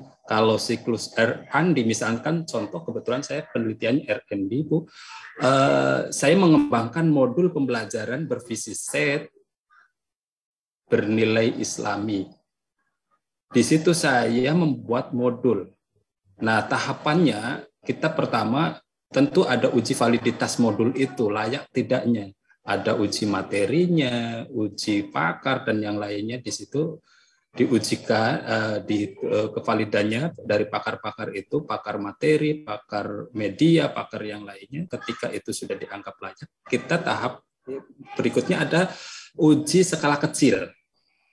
Nah, uji skala kecil kita ujikan skala kecil. Nah, setelah uji skala kecil di situ uji keterbacaan yang lainnya, adakah masukan-masukan dari anak keterbatas, bisa enggak dipelajari dan macam-macam di situ. Kalau memang hasilnya bisa, bagus, atau misalkan ada yang perlu perbaiki atau revisi. Berikutnya ketika sudah revisi, maka nanti ada uji skala besar. Uji skala besar, ketika uji skala besar, nah itu misalkan yang tadinya digunakan misalkan hanya satu kelas, kita bisa gunakan misalkan satu sekolah. Atau kita gunakan misalkan dari satu sekolah, kita bisa gunakan uji skala besarnya menjadi satu kabupaten misalkan ujinya. Itu tahapan R&D seperti itu Bapak Ibu. Jadi ada kita meneliti, mengembangkan, tapi juga meneliti Bapak Ibu. Atau research and development. Kalau mixed method Bapak Ibu, prinsipnya adalah kalau kita kenal ada kuantitatif, kualitatif. Nah, mixed method ini adalah memixkan atau mencampur antara penelitian kuantitatif dan kualitatif, Bapak Ibu. Ada bukunya nama itu, dan yang lagi tren ya, lagi tren penelitiannya adalah mixed method gitu ya. Jadi pencampuran antara kualitatif dan kuantitatif itu namanya, pendekatannya adalah mixed method. Berikutnya link jurnal Pak. Asalnya kan banyak. Link jurnal ya Bapak Ibu ya. Ya, terima kasih. Untuk link jurnal, Bapak Ibu bisa ngecek jurnal yang gratis. Kita coba buka link di Google, itu ada jurnal yang gratis penerbitannya gitu. Tapi ketika gratis, Bapak Ibu, resikonya ya biasanya lama kita dipublishnya misalkan lama, karena apa, ya, reviewer atau pembaca atau yang membaca karya kita juga kan ya secara ini ada penghargaannya lah. Nah, kenapa bayar sebenarnya ya dari jasa itu, terus untuk macam-macamnya lah kenapa itu. Jadi ketika mau menerbitkan gratis, Bapak Ibu bisa juga coba di Google, itu ada penerbitan jurnal gratis. Di situ ada sekali banyak jurnal-jurnal yang muncul. Tapi harus diteliti dulu Bapak Ibu, jangan sampai jurnalnya adalah plagiat.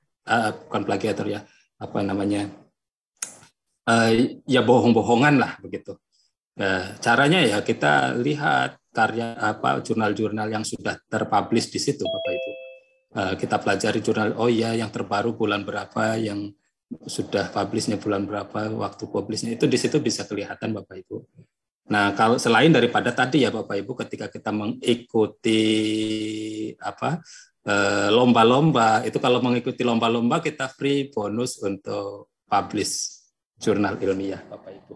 Nah, terkait tentang berapa persen berapa persen toleransi daripada plagiasi, betul Bapak Ibu. Ketika contoh ya, ketika kita mencantumkan ayat suci Al-Qur'an artinya lengkap, masa ayat Al-Qur'an terus artinya tidak plek seperti ayat Al-Qur'an gitu, di resume ayat Al-Qur'annya, maksudnya apa ya, ketika kita mencantumkan ayat Al-Qur'an itu ketika di ini misalkan, itu juga nanti kedetek akan plagiasi, betul Bapak Ibu. Jadi tetap saja kita juga nanti akan muncul ketika ada bahasa kita yang sama, itu dengan otomatis akan terlacak kesamaan itu nanti identiknya nanti dianggapnya plagiat, tapi ada kadarnya Bapak Ibu. Yang lebih hati-hati itu Bu, kurang dari 10% lah. 10%. Untuk kenapa? Kadang tool atau alat bantu plagiasi itu akan berbeda antara satu dengan yang lainnya. Contoh misalkan kita sudah menghitung dicoba dengan plagiasi ternyata 20%, misalkan 20%, maka di yang lainnya bisa jadi lebih dari 20% atau bahkan kurang dari 20%. Yang aman Bapak Ibu kurang dari 15%, 10% itu dianggap masih toleransi Bapak Ibu. Yang terakhir, apakah jurnal yang untuk kenaikan pangkat 4A ke 4D ya Bapak Ibu, itu kan SINTA itu adalah akreditasi daripada jurnal tersebut. Ada SINTA 6, misalnya ada 5, yang paling bagus ya nanti SINTA 1. Nah, adakah kriteria ketika kenaikan pangkat 4A ke 4B SINTA yang mana?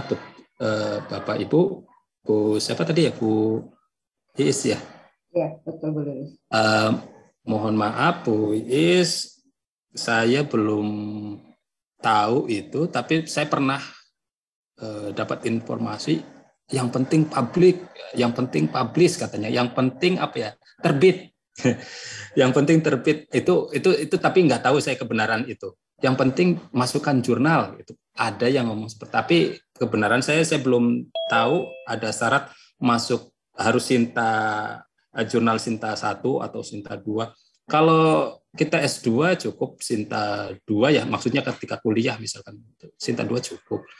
Nah, kalau kita masih tahap-tahap belajar Bapak Ibu, publish ke jurnal-jurnal yang belum SINTA juga nggak apa-apa, tapi kan itu misalkan nasional ya, nasional, jurnal-jurnal kampus, internal kampus.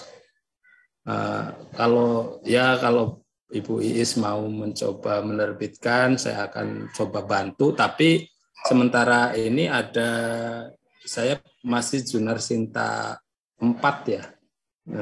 Kampus yang saya kenal itu ada SINTA 4. Tapi ketika misalkan ada syarat harus SINTA 2, SINTA ini berarti saya tidak bisa membantu. Apalagi misalkan hanya yang penting publish, monggo Bapak Ibu bisa saya bantu untuk ya mungkin free lah, nanti free coba nanti saya ngomong sama pengelola jurnal. Ya akan saya ini guru madrasah hebat bermartabat lah, coba 1-2 mungkin gratis Bapak Ibu, nanti coba kalau yang hanya publish di jurnal-jurnal yang apa ya sudah terdaftar tapi belum SINTA maksudnya Bapak Ibu. Saya coba. Jadi tapi kalau ketika SINTA atau misalkan indeks Scopus, ya mohon maaf itu biasanya nominalnya lumayan besar Bapak Ibu. Saya kemarin yang terakhir untuk indeks Scopus itu 2,5 juta Bapak Ibu, tapi belum belum terbit. Nggak tahu, mudah-mudahan sih benar maksudnya 2,5 juta, tapi karena teman saya banyak yang ikut di belakang nama saya, jadi ya patungan Bapak Ibu. Yang penting nantinya ketika terbit kita punya edis Scopus semua gitu. Nah, itu jadi mohon maaf Bapak Ibu ya, saya tidak bisa menjawab apakah ada kriteria Sinta berapanya, saya tidak. Mohon maaf belum bisa. Pak Iskandar, mohon maaf. Tadi pertanyaan saya yang link jurnal itu link jurnal bukan yang untuk kita uploadkan, cuma link jurnal itu untuk melihat hasil penelitian orang lain yang sudah di gitu yang maksud saya seperti itu gitu ya. Minta tolong nanti kalau memang Bapak ada, bolehlah di-share dengan materinya. Kemudian Pak siap. Untuk nyun sewu, mohon maaf ini Bapak terkait dengan Sinta itu tadi. Memang kalau untuk Sinta 4, 5, kalau saya insya Allah itu ada murid saya yang juga alumni tempat saya itu ada yang mengelola jurnal itu kemarin memang sudah sempat komunikasi, cuma karena keterbatasan waktu sehingga kami masih belum komunikasi lagi. Kalau memang untuk yang kategori Sinta 3, 4 itu insya Allah ada saya linknya, cuma ya itu kemarin kami masih belum mengetahui berapa nominal yang harus dibayarkan. Kalau kemarin kalau putra saya sendiri itu yang jurnal internasional karena tuntutan dari kampusnya memang ya lumayan besar biayanya. Betul Bu. Ya. Betul. Ya, jadi memang butuh biaya seperti itu ya, saya memahami karena mereka juga pengelola itu juga perlu yang namanya internet dan kawan-kawan dan juga jerih payahnya juga. Begitu Pak, terima kasih, mohon di-share nih Pak. Bu Maturno. Kalau ingin ini sih sebenarnya bisa ya dicoba Bapak Ibu. Coba kita klik Google Scholar Bu. Google Scholar. Nanti di situ misalkan contoh sudah dibuka Google Scholar, terus kita butuh jurnal yang apa temanya gitu. Ketik saja Bu. Kalau Indonesia ya pakainya bahasa Indonesia. Ketik akan muncul beberapa artikel itu Bu. Ini yang bisa di-download, bisa bisa di situ. Nah, kalau internasional ya dengan menggunakan kata kunci bahasa Inggris. Ketikkan bahasa Inggrisnya apa, misalkan tentang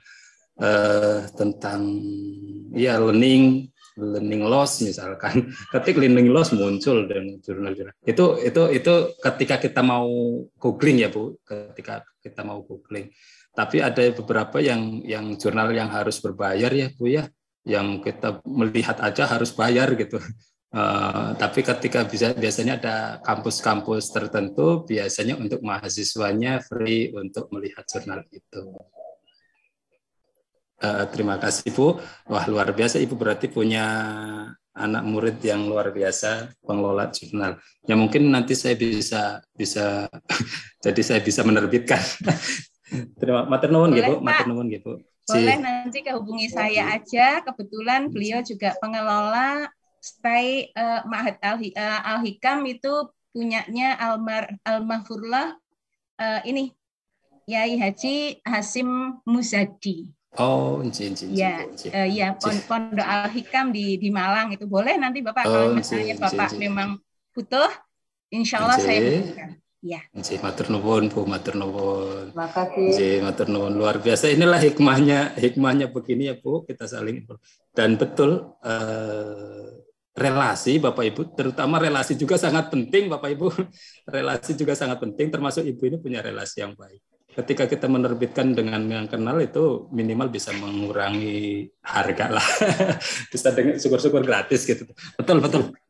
Relasi juga sangat penting Bapak Ibu. Ya, Oke, itu Bu Umi. Kecil ya ininya. Lanjut aja, ini udah ada yang raise hand Pak Iskandar. Ini Pak Mahsun, silakan Pak Mahsun. Terima kasih Ibu atas kesempatannya.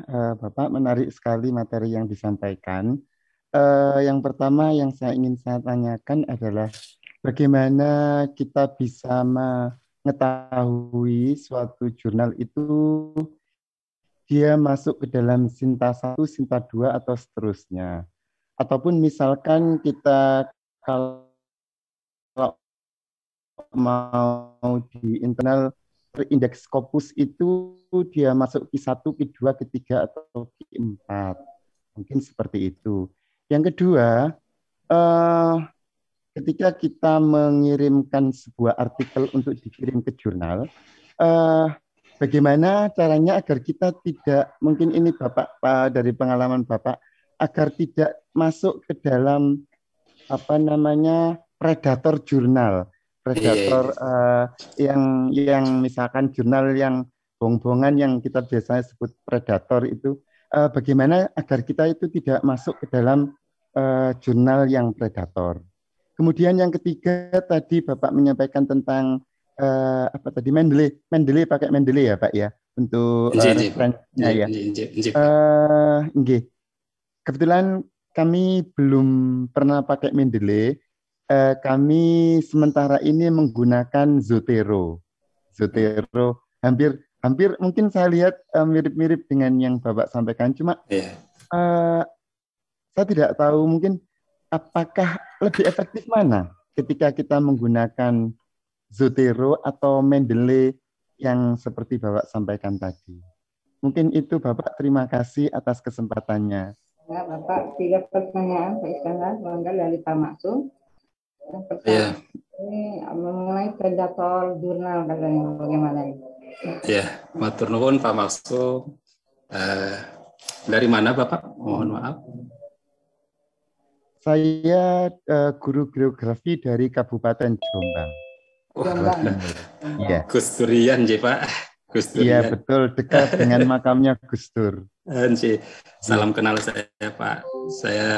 Salam takdim saya untuk Bapak juga. Iya, yang pertama adalah bagaimana mengetahui jurnal itu Sinta 1, Sinta 2 ya Pak ya, atau Sinta 3, bahkan mungkin Sinta berapa. Biasanya Bapak Ibu ketika kita cari, ada nanti linknya jurnal, di situ akan muncul di dalam halaman depan ya Bapak Ibu. Ketika kita jurnal ini, di situ sudah ada ini Sinta 1, keterangan Sinta 2 itu, Sinta 3 itu biasanya ada Bapak Ibu di tampilan jurnalnya. Kita lihat juga di karya-karya di autornya juga, misalkan di para reviewernya juga, di situ juga biasanya di tampilan awal itu ada yang sudah menunjukkan Sinta 1, Sinta 2, Sinta 3, biasanya seperti itu Bapak Ibu. Nah, yang kedua, jurnal internasional apakah terindeks Scopus Q1, Q2, Q3. Kalau yang sampai Q kemarin saya ada linknya dari Prof. Inam, kayaknya dari UMM, Pak, Universitas Muhammadiyah Malang. Nanti saya coba saya share ya Bapak Ibu ya linknya, nanti nanti saya akan share Q1 untuk mengetahui jurnal apakah itu terindeks Scopus, Q1, Q2 dan yang lainnya lah. Tentunya betul ketika kita menerbitkan jurnal, nampaknya Bapak ini sudah pengalaman penerbitan jurnal ini.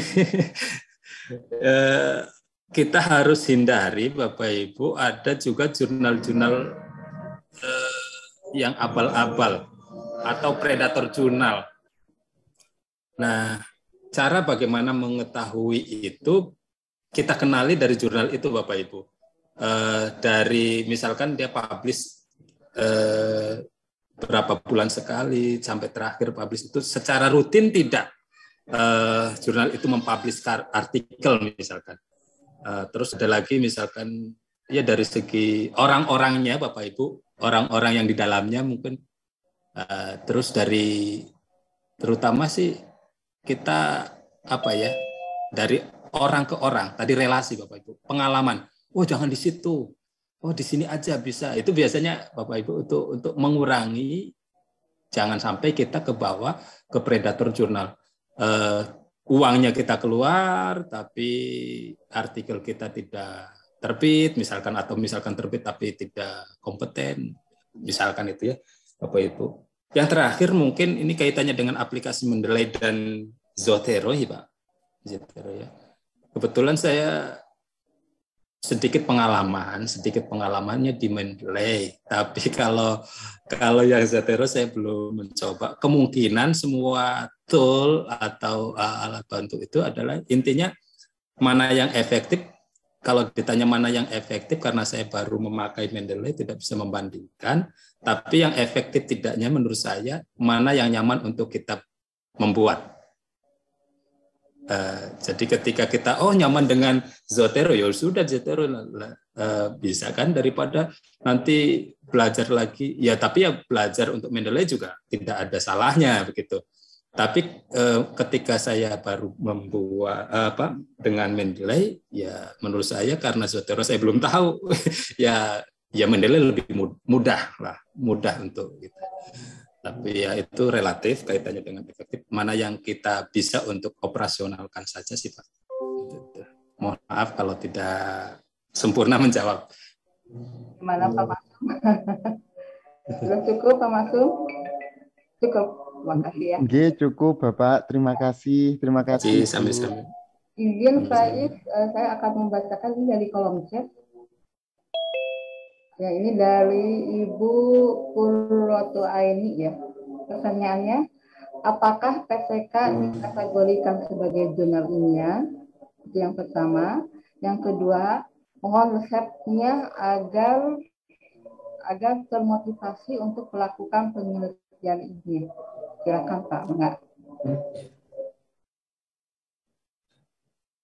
Terima kasih Ibu Qurratul ya Bu ya. Ibu Qurratul Aini. Terima kasih. Apakah PTK itu termasuk karya ilmiah? Betul. Menurut saya termasuk. Jadi karya ilmiah itu bisa berbentuk PTK, bisa berbentuk misalkan best practice, misalkan ada laporan penelitian, itu PTK masuk ke dalam karya ilmiah, Bapak Ibu. Jadi ketika kita kelas namanya apa, riset ya, kelas riset, bahasanya penilaian penelitian tindakan kelas misalkan itu masuk Bu, masuk dalam karya. Tapi ketika PTK itu mau dijurnalkan, maka gaya PTK-nya, terutama judul Bapak Ibu, tadi judul itu maksimal 15 kata ya Bapak Ibu. Kalau PTK-nya misalkan contohnya misalkan penggunaan model pembelajaran number together misalnya NHT pada materi pelajaran pada mapel biologi, materi klasifikasi hewan pada Sekman 5 Cirebon Kabupaten itu kan banyak Bapak Ibu, misalkan contohnya seperti itu. Nah, maka judul itu harus kita sesuaikan dengan kriteria judul dalam jurnal Bapak Ibu. Maksimal 15 kata.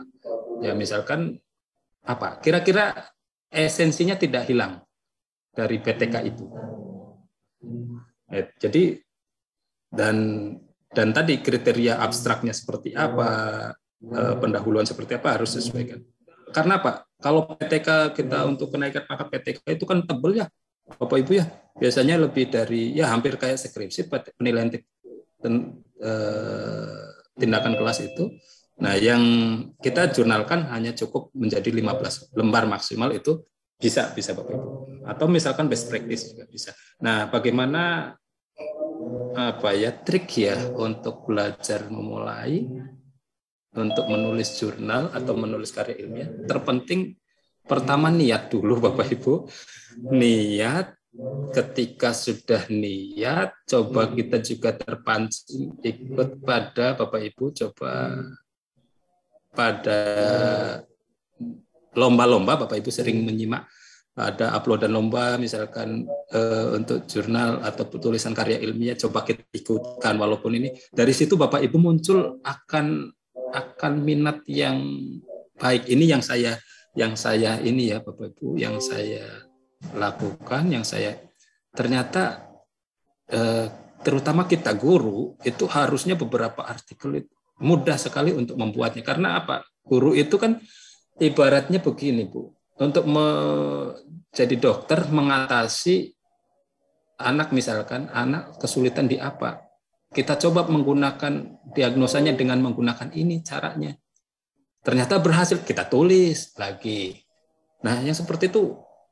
Nah, cuman yang jadi permasalahan kita niat dan istiqomahnya Bapak Ibu yang kadang saya, apalagi ibu-ibu, mungkin saya sendiri juga ketika sudah pulang ke rumah mau nulis, mulai buka notebook, anak mulai ini, paling kalau malam sudah capek ya, yang penting istiqomahnya sih. Kadang kita luangkan waktu, ada waktu dalam seminggu, kalau toh tidak setiap hari ada waktu untuk ini ya, dalam seminggu misalkan ada 1 jam untuk kita menggali potensi diri, menulis.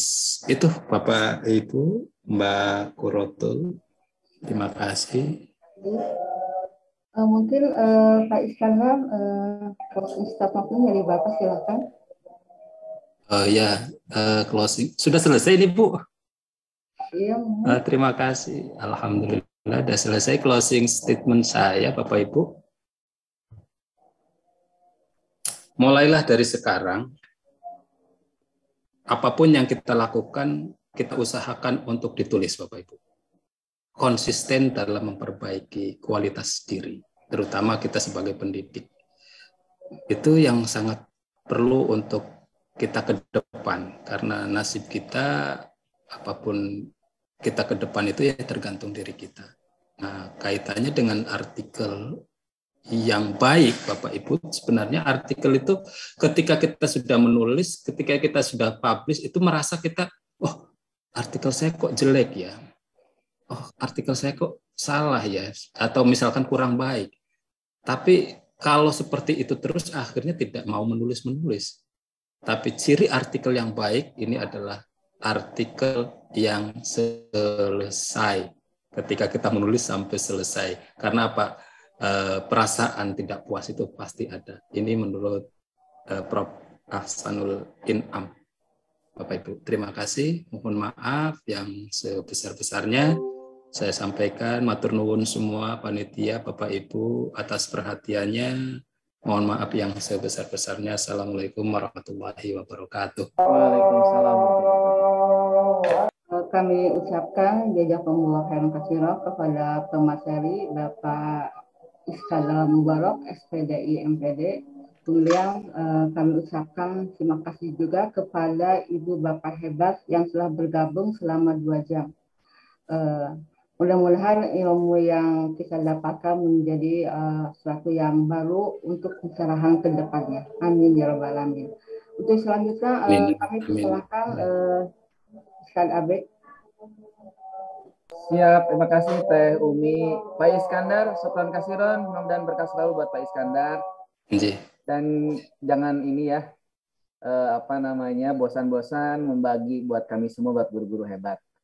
Juga terima kasih kepada guru-guru hebat semuanya. Insya Allah kita akan ketemu lagi pada program KPMB selanjutnya. Dan dipersilakan kami kasih waktu untuk isi presensi. Di sana sudah ada di chat untuk mengisi presensinya. Sekali lagi terima kasih banyak Pak Is. Kita ketemu lagi pada kegiatan berikutnya. Oke.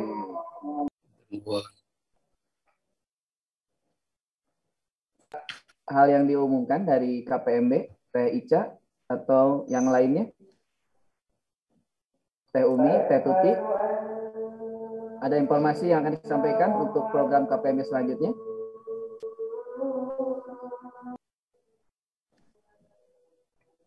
Oke, insya Allah nanti kita menyusul informasi itu di grup WA dan Telegram Bapak Ibu. Insya Allah KPMB akan manggung kembali. Kita tunggu saja kegiatan berikutnya. Kita akan hitung mundur kegiatan ini. Pak Is, terima kasih ya. Kang Agus, Oke, nanti kita japrian lagi untuk program selanjutnya. Terima kasih banyak semuanya. Kita ketemu lagi sekali lagi. Kita tutup dengan pembacaan hamdalah. Alhamdulillahirabbil alamin.